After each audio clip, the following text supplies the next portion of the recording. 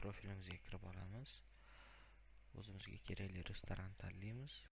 Chap tomonda finansiy bo'limini ochamiz. Pastroqda целый transaksiyani ko'ramiz. Uni bosib ustiga добавить цель knopkasini bosamiz. O'zimizga kerakli narsani yozamiz. O'zi sistemni maqsadlar bor. Undan tashqari o'zingiz uchun yozsangiz ham bo'ladi. Deylik, zakup doston ve деятельности operatsiyonda qolaveradi.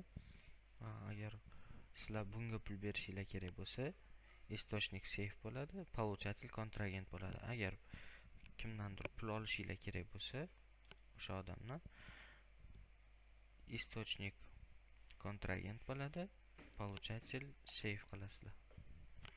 Va создать цель. Tayyor.